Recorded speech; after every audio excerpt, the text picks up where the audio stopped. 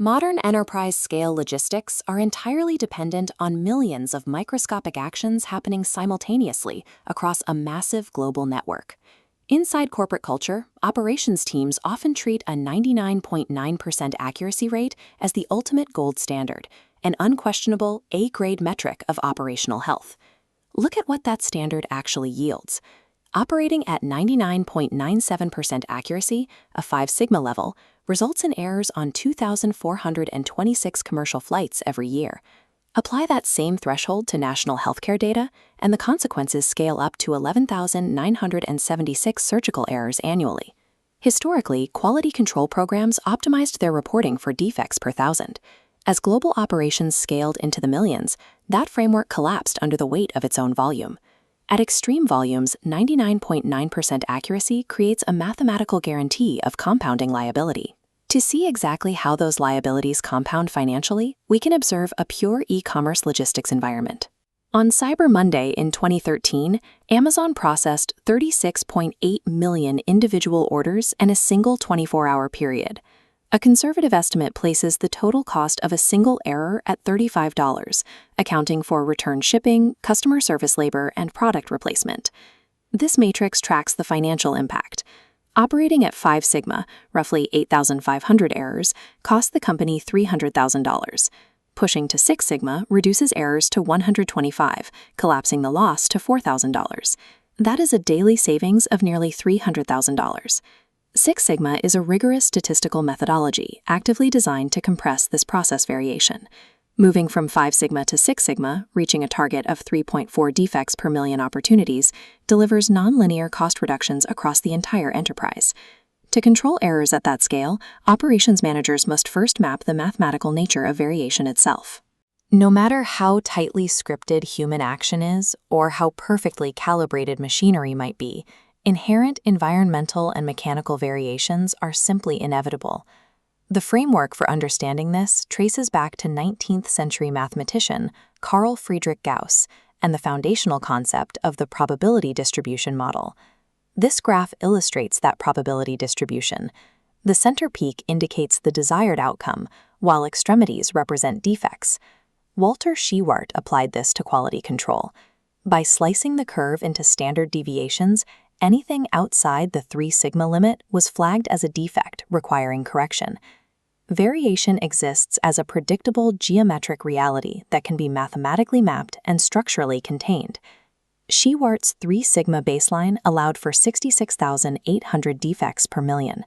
While adequate for early 20th century factories, by the 1980s, this became an extreme liability. At Motorola, engineer Bill Smith realized that measuring defects per 1,000 opportunities was actively hiding massive amounts of operational waste. Smith pushed for a new operational standard, demanding that quality control be measured against 1 million opportunities. 6 Sigma teams calculate this using a precise formula. Subtract defects from total opportunities, divided by total opportunities for the baseline yield. Hitting 6 sigma pushes allowable standard deviations outward until the defect area represents just 3.4 errors per million. This creates friction when experienced leadership relies on intuition.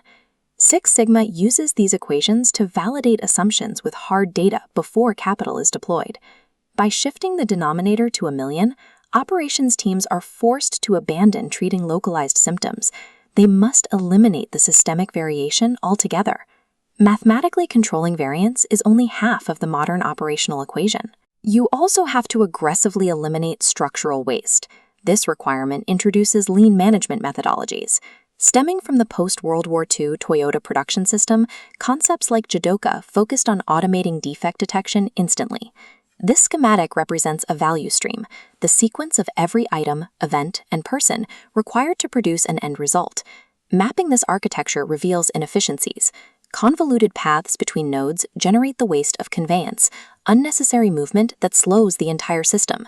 This connects directly back to 6 Sigma math. Every time a product transfers hands or moves between stations, it creates a new opportunity for error. Redesigning the value stream to eliminate a step completely removes that node's statistical risk of defect from your system. Lean and 6 Sigma act as a structurally codependent framework. Lean eliminates the unnecessary physical steps, and Six Sigma statistically perfects the ones that remain.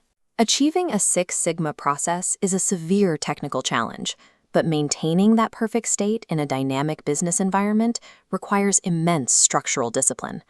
The physicist and statistician W. Edwards Deming was instrumental in scaling Schuhart's ideas globally, particularly as Japanese industry rebuilt post-war.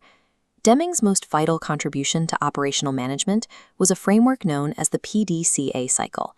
This diagram outlines the specific mechanics: plan the improvement, do the beta test, check the statistical verification, and act to deploy the validated solution into production. The defining feature of the PDCA framework is that it operates as an infinite closed-loop cycle. An organization operating at Six Sigma never stops analyzing. The exact moment a process hits its target metrics, the framework resets to seek out the next micro-inefficiency. The highest risk occurs when organizations treat Six Sigma as a niche reporting tool, strictly reserved for data analysts and process engineers.